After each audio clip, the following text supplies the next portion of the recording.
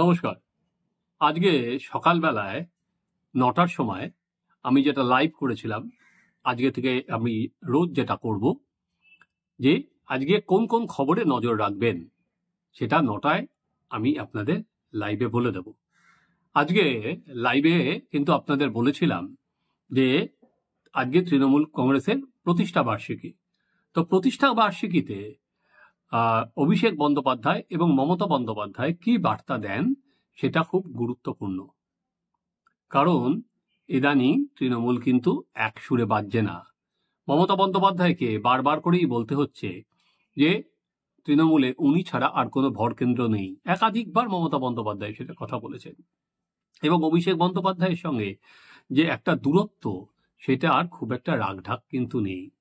অভিষেক বন্দ্যোপাধ্যায়ের নামেই তৃণমূলের সাধারণ সম্পাদক, কিন্তু ওনার আগে তৃণমূল কংগ্রেসের ওপর যে প্রভাব বা প্রতিপত্তি ছিল, ইদানিং কিন্তু সেটা গত কয়েক মাসে দেখা যাচ্ছে না। আজকে অভিষেক বন্দ্যোপাধ্যায়, আমি আপনাদের যেটা আলোচনা করব সেটা হচ্ছে ওনার ফেসবুকে উনি একটা পোস্ট করেছেন, একটা ছবি দিয়েছেন এবং উনি টুইট করেছেন। আমি আজকে এই দুটো নিয়েই আলোচনা করব। অভিষেক কি করবেন, আপনারা এই আমার স্ক্রিনেও সেই অভিষেকের ছবিটা দেখতে পাচ্ছেন। সেখানে অভিষেক লিখেছে, তৃণমূল কংগ্রেসের প্রতিষ্ঠা দিবস উপলক্ষে প্রত্যেককে আন্তরিক শুভেচ্ছা ও অভিনন্দন। রাজ্য তথা দেশবাসীর উন্নয়নের স্বার্থে মা মাটি মানুষ সর্বদা নিয়োজিত। তৃণমূল কংগ্রেসের পরিবারের সকল কর্মীর আত্মত্যাগ এবং নিরলস প্রচেষ্টাকে আমার কুর্নিশ। তারাই আমাদের দলের মেরুদণ্ড। নতুন বছরে নব উদ্যমে আগামীর লড়াইয়ের জন্য প্রস্তুত হন।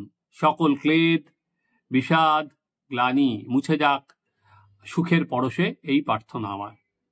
এমনি যা বয়ান, সেটাতে আপনি কিছু ধরতে পারবেন না, কারণ কর্মীদের তিনি উদ্বুদ্ধ করার চেষ্টা করেছেন এবং নতুন যে বছর, তার জন্য উনি বলতে পারেন চার্জ আপ করছেন। কিন্তু অভিষেক বন্দ্যোপাধ্যায় যে এই যে ফেসবুকে যে পোস্ট দিলেন বা ছবি দিলেন, সেখানে কিন্তু মমতা বন্দ্যোপাধ্যায়ের কোনো ছবি নেই।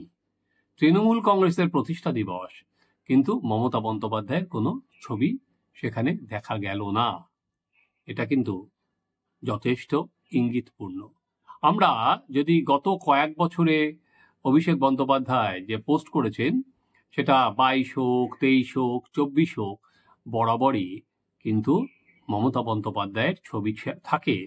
এবার অভিষেক বন্দ্যোপাধ্যায়ের পোস্টে কিন্তু মমতা বন্দ্যোপাধ্যায়ের ছবি নেই।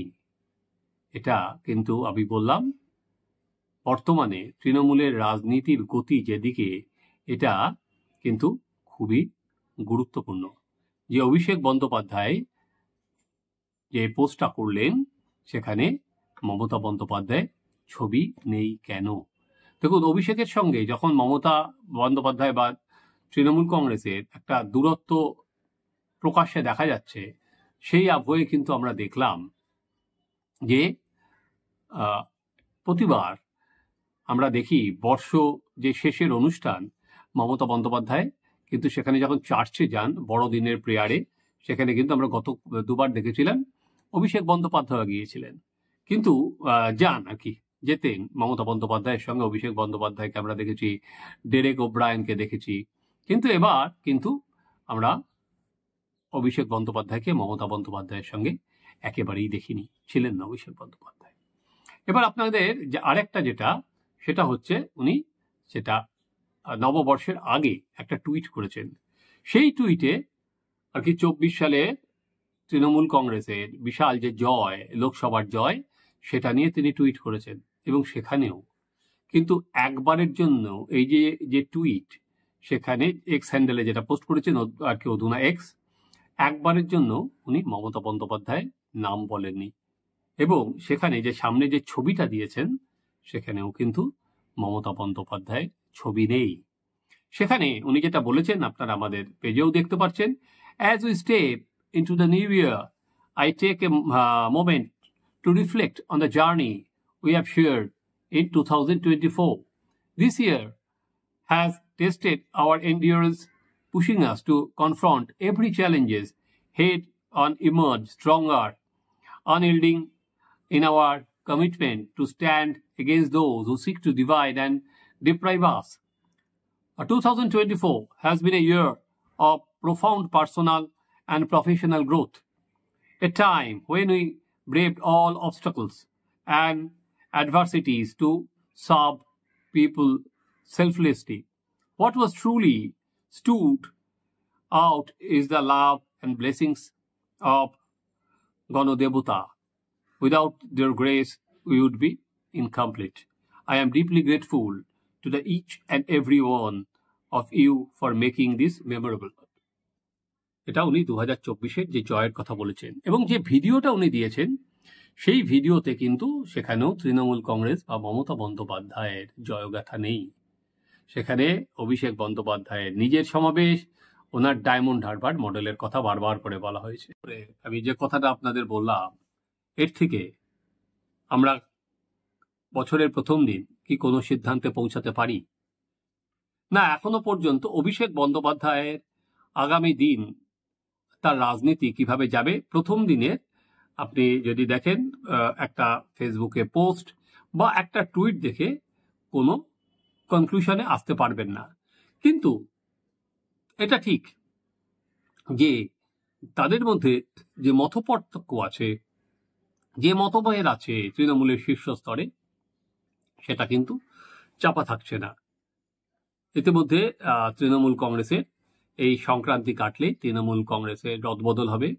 সেখানে যেমন অনেক জেলা সভাপতি চেঞ্জ হবে, তেমনি পুরসভা বা পঞ্চায়েত স্তরও আর কি পাল্টাবে।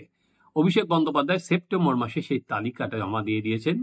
তারপর অভিষেক বন্দ্যোপাধ্যায়ের সঙ্গে দলের যিনি রাজ্য সভাপতি সুব্রত বক্সির কয়েক দফা বৈঠকও হয়েছে। এবার অভিষেক বন্দ্যোপাধ্যায় যে তালিকা জমা দিয়েছেন সেই তালিকা অনুযায়ী কজন জায়গা করে নেয় সেটা কিন্তু খুব গুরুত্বপূর্ণ। কারণ অভিষেক বন্দ্যোপাধ্যায় যে তালিকাটা তৈরি করে পাঠিয়েছেন দলনেত্রীকে বা দলের রাজ্য সভাপতিকে, সেটা কিন্তু অনেকটা আইপ্যাক নির্ভর। কারণ আইপ্যাকের সঙ্গে আইপ্যাকটা চলে ক্যামাক স্ট্রিট থেকেই, অভিষেক বন্দ্যোপাধ্যায়ের অফিস থেকেই।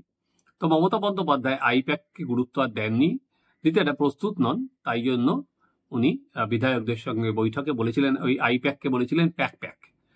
তো বোঝাই যাচ্ছে যে অভিষেক বন্দ্যোপাধ্যায় আইপ্যাককে নিয়ে বা আইপ্যাকের যে তথ্য নিয়ে অভিষেক বন্দ্যোপাধ্যায় যেভাবে দলকে সাপোর্ট দিতেন বা দিয়েছেন, সেটা 19-এ বা 21-এর ভোটে 24-এর ভোটে, এখন মমতা বন্দ্যোপাধ্যায় দলের সিনিয়রদের ওপর অনেক বেশি তাদের গুরুত্ব দিচ্ছেন, অনেক বেশি নির্ভর করছেন বাইরের কোনো বিশেষজ্ঞ সংস্থার থেকে। এবার অভিষেক বন্দ্যোপাধ্যায় আগামী দিন কি করবেন, কোন দিকে যাবেন? দেখুন, তৃণমূলের স্তরে নানা রকম জল্পনা ঘুরে বেড়াচ্ছে, নানা রকম কথা উঠছে সেখানে অভিষেককে নিয়ে। কিন্তু প্রথম দিন 1 জানুয়ারি খালি এইটুকুনি বলা যে অভিষেকের সঙ্গে তার দলনেত্রীর যে মতপার্থক্য বা মতভেদ রয়েছে সেটা কিন্তু ঢাকা থাকলো না। না হলে 1998 সালের 1 জানুয়ারি যে দলটা যাত্রা শুরু করেছিল, যে দলটার প্রতিষ্ঠা করেছিলেন মমতা বন্দ্যোপাধ্যায়, তার প্রতিষ্ঠা দিবসে অভিষেক বন্দ্যোপাধ্যায়ের পেজে বা কার্ডে মমতা বন্দ্যোপাধ্যায়ের ছবি নেই। এটা আমি আবারও বললাম, রাজ্য রাজনীতিতে সুদূর ইঙ্গিত বহন করছে। এবং রাজ্য রাজনীতিতে আগামী দিন অভিষেক বন্দ্যোপাধ্যায় কোন দিকে যান, তিনি কি করেন, সেদিকেও কিন্তু আমাদের নজর থাকবে। শুধু আমাদের না, রাজ্যবাসী তাদেরও নজর থাকবে। আপনারা দেখতে থাকুন আমাদের চ্যানেল সাবস্ক্রাইব করুন, আপনাদের মতামত জানান।